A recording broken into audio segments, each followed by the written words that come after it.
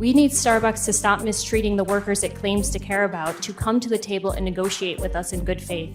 We are tired of fighting a company that can afford to do better by its hourly workers. Which side are you on? Which side are you on? The United States House of Representatives Education and Labor Committee held a hearing last week on the barriers to organizing, and as I prepared this segment yesterday, I wish that I'd started prepping it sooner, because there was a lot of good stuff that I would have liked to clip and play for y'all and dissect. And so, if you have the time, maybe you're doing dishes or going on a walk or something, it's worth listening to, albeit maybe at like 1.5 speed, 1.75 speed, something like that. Maybe we can tweet that out or put that out on our social media. Is there a public link to the entire hearing? Yeah, it's on YouTube. Yeah, okay. It's on YouTube. And it's funny. It's the House Education and Labor Committee put it up as a kids video. Interesting. Because I think that they don't understand. They don't understand YouTube, and so when you're uploading a video, there is a section that says, "Is this made for kids?" And I think they probably interpreted that as, Is this appropriate for kids? And they said yes. And so then now it's like as a kid's video. Oh, okay. So my YouTube. Daughter might can find it. Your daughter can find it, yes. But so what the Democrats set out to do with this hearing is to kind of go point by point through a lot of the issues that workers face as they're trying to organize, like captive audience meetings, store closures, retaliation, intimidation, NLRB underfunding, contract negotiation delays. And so there's a lot of good stuff in the hearing.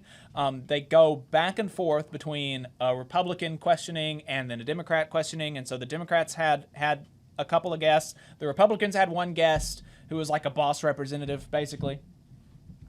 Like I said, there was a lot of good stuff in the hearing, but the consistent standout was the only worker that was called on, Michelle Eisen.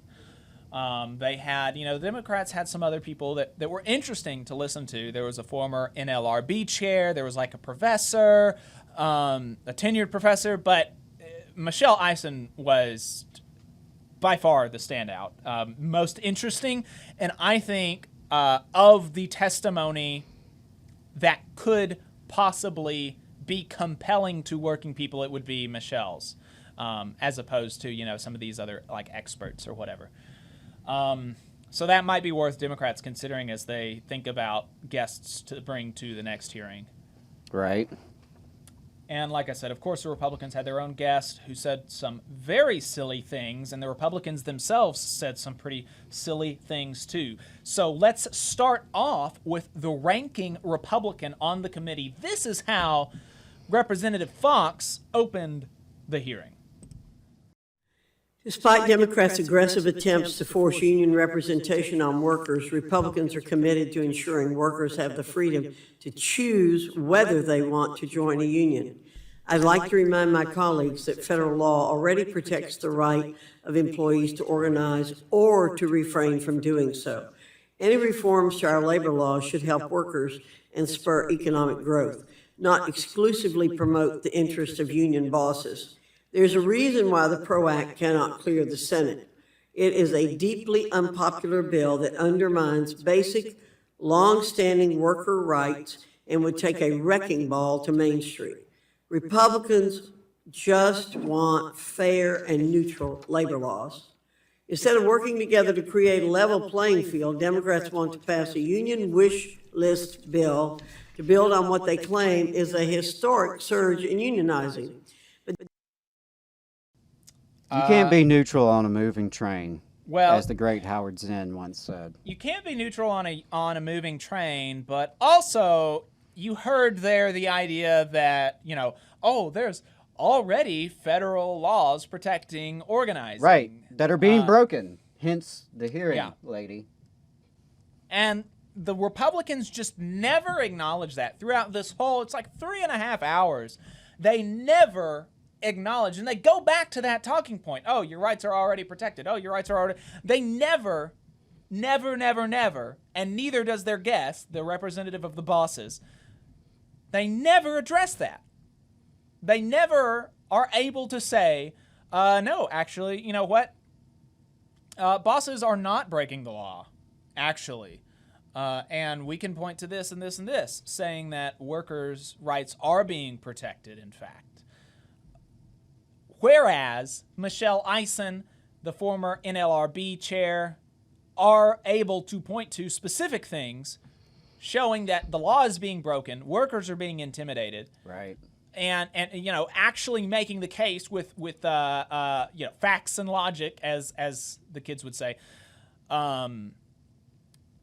which it helps to be telling the truth, I guess. Yeah, and she really leans into that choice. Right. They really lean into choice, and the thing is, when the other side is repeatedly breaking the law, a law that is already stacked in their favor, I think objectively. Right.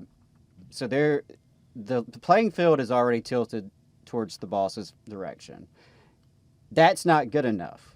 Right. They violate it flagrantly because they know they can get away with it, or because the cost of the fines, or the ULP they have to post up in the break room is minimal cost for what they stand to gain by crushing worker power.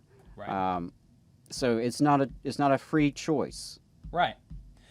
And this is the guest that the Republicans got to come. He's some, person on like an HR something or another, some big boss guy. These were part of his opening remarks, and they were also representative of a theme that the Republicans and their guest hit on throughout the 3.5 hours of the hearing. Adam, let's play that. Just on a personal note, my wife and I go to Starbucks stores all over the country. I think they're well run, they're clean, they're efficient. I like the Wi-Fi service, the coffee's great, and by the way, the internet service is great.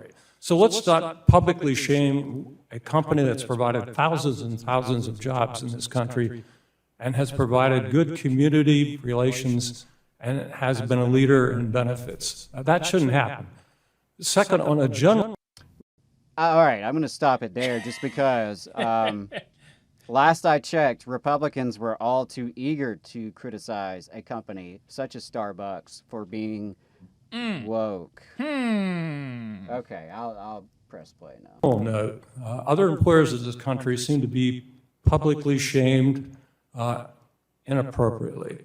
We have particularly new companies that are providing thousands and thousands of jobs in this country, good paying jobs. But the litmus test apparently is if they speak out at all on a different perspective of whether unionization makes sense at all, they are publicly shamed or criticized. That's wrong.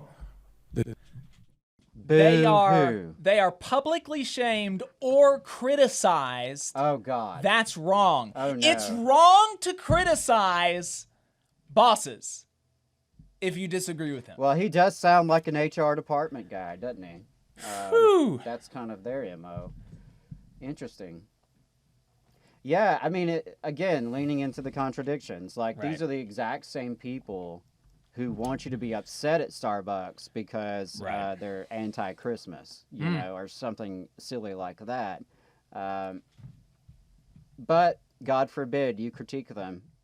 For their labor practices, for something that actually is real. Yeah, like, the closer you get to the material world, the farther away the Republicans want you to Right. be, you know? Yeah, and we're going to close this segment with Michelle Eisen's opening remarks, and we're going to play those in full because they're really good, and Eisen is really the standout of this hearing. No surprise there. If you caught her on our Unions 101 panel, she is a She's great. standout. So we're going to close this segment with that. But when we get to it, we're going to go through some other things first. But when we get to it, I want you to kind of think back to the opening remarks from the leading Republican on this committee and from their guest, and how silly they are, how devoid of substance they are, as you are listening to Michelle's testimony. Like, just remember that. And, maybe people will say, oh, you clipped it out of context. You weren't very, representative. I was totally representative of their side. I was definitely representative of their side. Absolutely. You can go back. I'm encouraging you to watch the full thing for, entertainment value, I think, from the Republican, for educational value from listening to the NLRB former chair and Michelle, and then for entertainment value for the Republican guest. But think back to this as you're listening to Michelle. But so as we're winding through the committees, another one of the things that the bosses and the Republicans kept coming back to is that workers want to muzzle the bosses. Oh my God. Just listen to this That's exchange sickening. between a Republican congressperson and their guest here. Additionally, we have recently seen the NLRB under General Counsel Abruzzo discard decades of case law and NLRB precedent upholding an employer's right to educate its employees about unionization. Instead, the General Counsel is arguing that it is an unfair labor practice for employers to require employees on paid work time to attend meetings where the employer expresses its opinion concerning unionization. Mr. King, do you think the General Counsel's legal argument is sound? No. Mr. Wahlberg, nice to see you again, and you nailed it. This attempt to muzzle an employer from stating a position, and I certainly would counsel an employer to say so in a non-coercive, thoughtful way, which virtually every employer does. But the attempt by this General Counsel is, in this area, a direct violation of Section 8C of the National Labor Relations Act, which is the free speech provision. It's an attempt not to have all perspectives, all thoughts, all ideas regarding unionization out on the table for the worker to decide. So that's what they're doing. They're educating. Yeah. Now, last I checked, Republicans were very concerned that teachers might be indoctrinating and not educating.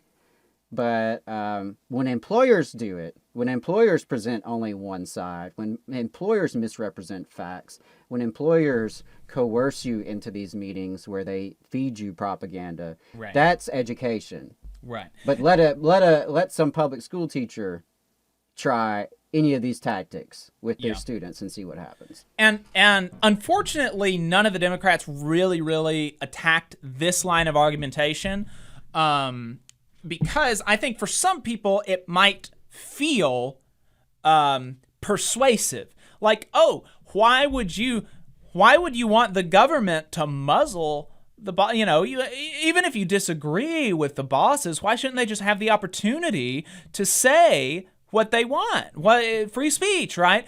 And that's not what's going on.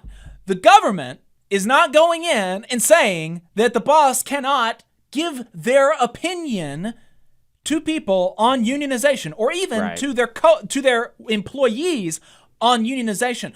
What this from the NLRB is trying to do is end the coercive captive audience meetings, which are that these captive audience meetings that take place during work time, that sometimes you even have Starbucks locations closing their stores so that you have to come if you want to get paid for that shift that you were supposed to work that day. You have to come to this meeting if you want to get paid. That is coercive. That is a mandatory captive audience meeting. And by the way, these people who are forcing you into this meeting have the authority to fire you, Right. to terminate your employment, and to leave you out on the street. So what this proposal that they're talking about that's going to muzzle bosses, so sad for the bosses. What it's talking about is just that you cannot coerce your employees into listening to you if they don't want to listen to you. That's it. That's it. You still have all the opportunities and more, frankly, as a union organizer or as your coworker. Because union organizers, coworkers, if they want to talk to a worker at a workplace that they're trying to organize, they have to find them and get the worker without coercion, without threat of losing their pay for that shift. they have to get them to voluntarily listen to their spiel, right? So if a boss wants to take some time off the clock and the employee is willing and is not being coerced, nobody is stopping that from happening. Absolutely. Nobody is proposing. Let them organize like working Right. people have to organize. Let the boss organize like working people have to organize, which is off the clock or in snippets as you can get to it through the day. And you can't have these captive audience meetings. That's it. It's leveling the playing field, which these Republicans are supposed to be like, oh, we just want a fair playing field. That's all this does. And the idea that making bosses, removing this coercive authority, this coercive ability that they have, muzzles them is absurd. They're lying to you. If the people on this committee, maybe the Republicans don't know because Republican politicians can be stupid and Democrat politicians can be stupid. But the boss, he knows exactly what he's doing, and he's lying to you. He's lying to you that this would muzzle the bosses. It would give them the exact same opportunity that workers have to talk about their opinions on unionization. And really still have an advantage because at the end of the day,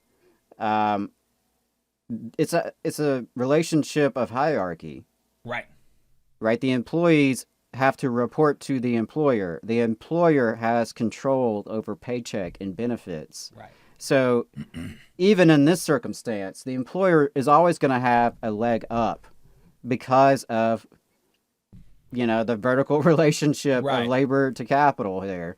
That's just the way it is. And, something in the chat, Hustler mentioned about, them threatening to close stores. And it's the substance in these meetings, too. Right. So not only are you being coerced into the meetings are often full of more threats. Right. We might have to close the store if you vote yes. We would love to give you more benefits, but not if you go union. Right. And then, of course, you watch and see where some of your coworkers are being targeted for discipline for speaking out.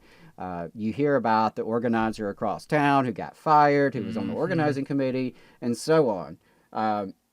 So that's the quote-unquote choice that Republicans want you to have. Right. And that's you talked about, the existence of these meetings in and of themselves is an issue because they are coercive by their very nature. Mm-hmm. But also the substance of the meetings can be coercive as well. And Representative Jayapal gave Eisen the chance to talk about the substance of these meetings during the hearing. Adam, let's play that clip where Eisen responds to Jayapal. I wanted to just give Ms. Eisen a chance to respond to what we just heard in terms of employees wanting to hear from the company. It sounds really good, but tell us about what a captive audience meeting is like, actually, Ms. Eisen. Do you feel like you get a chance to hear from the company in sort of a neutral way, or how would you describe that? My apologies. I can say from my own experience in captive audience meetings held by Starbucks during our organizing campaign, they are far from impartial. You are not hearing both sides of the story. You are hearing one side. We were brought to hotel conference rooms located far from our store. Most Starbucks workers had to find transportation because we are a city store that most of our workers don't drive. That wasn't offered to them. They had to find a way to get to these. Then we had to sit in a room with high-ranking members of corporate, as far up as the president of Starbucks North America, whom we had only just met, where we were talked at for nearly an hour about why we should feel ashamed of asking for more from a company that had already given us so much. But they were only giving us the facts. They were giving us the facts about what the company was, what the company wanted. They wanted us to vote no. They were there to take care of everything. They were going to make sure that any grievance we had was handled. And if we needed facts from the union, we needed to contact a union organizer. And when presented with the fact that the union organizers, as far as the Starbucks campaign, were Starbucks workers, some of whom were sitting in that room with them, that is not something that they wanted to hear. They didn't want to be presented with the fact that it wasn't a third party, there wasn't some big union boss out there corralling these workers and convincing them that this was their best interest. It was the workers making that decision for themselves. But we were not given the same time or opportunity to speak in that room to our coworkers about why we felt this was a better option for us. And you know, I think with that you can see why I think that Michelle was one of the standout people in this here. Absolutely. I mean, really, really. Whereas you've got these other people speaking in hypotheticals. They're not really. They're not laying out concretely what's going to happen. She's been there from ground zero. Yeah. So just a really fantastic description of the reality of what these meetings are like.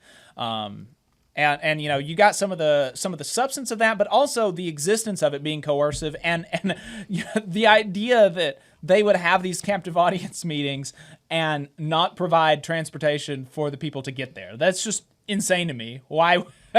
Like, talk about getting off on the wrong foot. Really, really great stuff from Ison. Terrible stuff from the bosses. And Adam, if you don't have any more on that, then we can play her opening statement. Yeah. Let's do that. Chairman Scott, Ranking Member Fox, and members of the committee, thank you for the opportunity to testify today. My name is Michelle Eisen, and I am a barista at the Starbucks on Elmwood Avenue in Buffalo, New York, the first Starbucks to unionize. I began my career with Starbucks in 2010.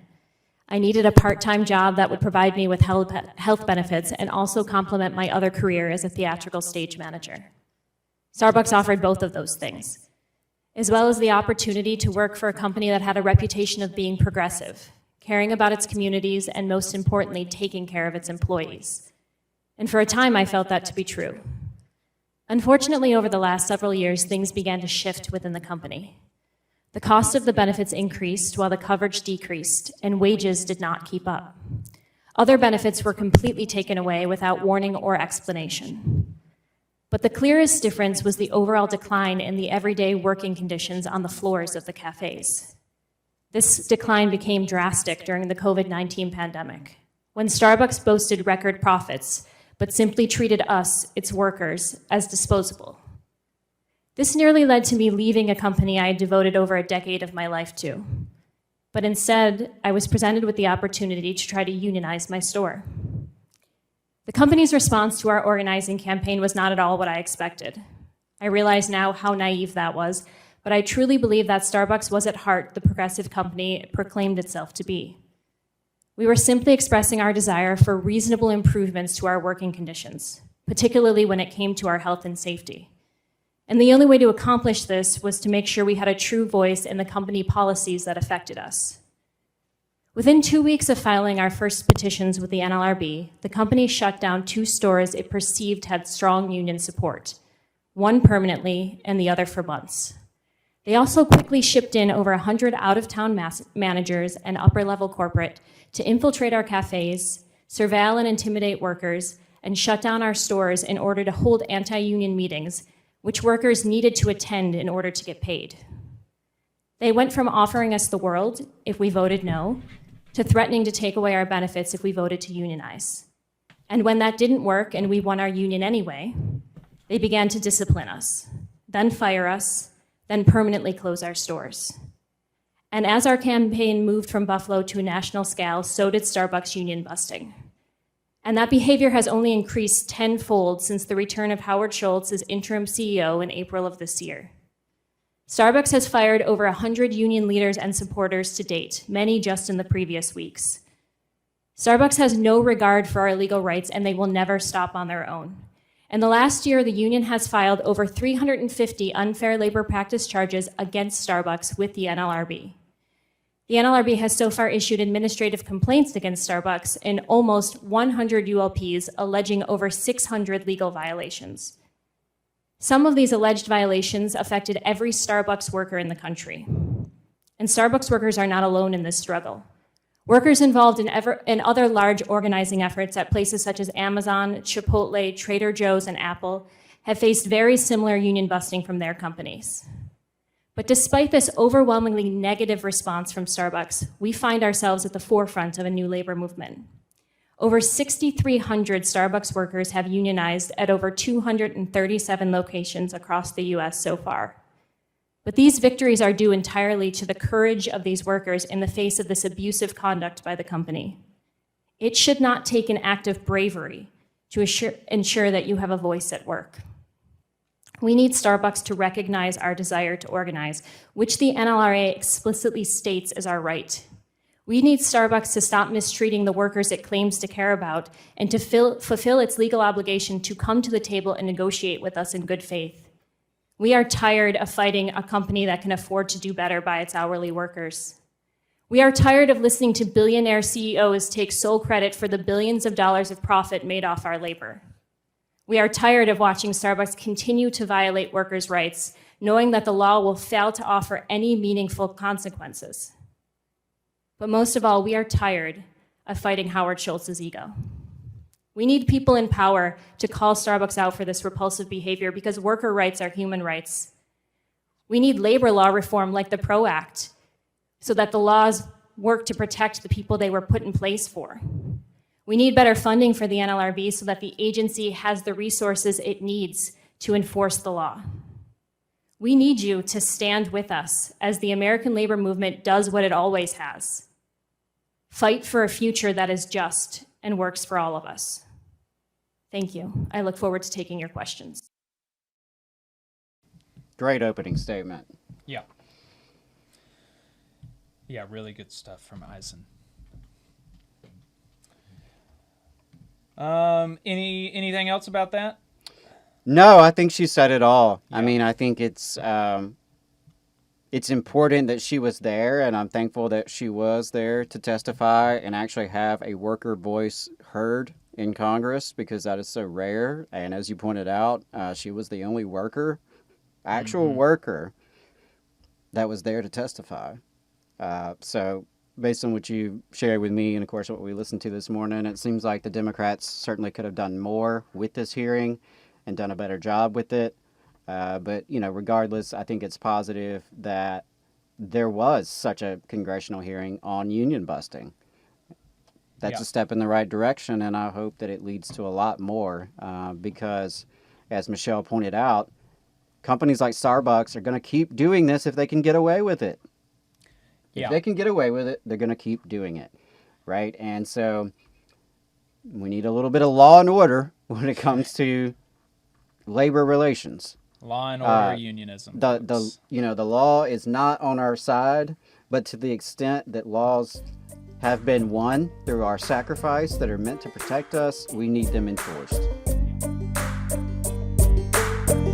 You just saw a clip from the Valley Labor Report. We are live every Saturday morning from 9:30 a.m. till 12:30 p.m. And we pride ourselves on keeping all of our content free to everybody so that we can talk to as many working folks as possible. If you support the work that we're doing, you think that it's important, you think that it's good, then consider making a monthly contribution to the project, and you can do that on our website, tvlr.fm.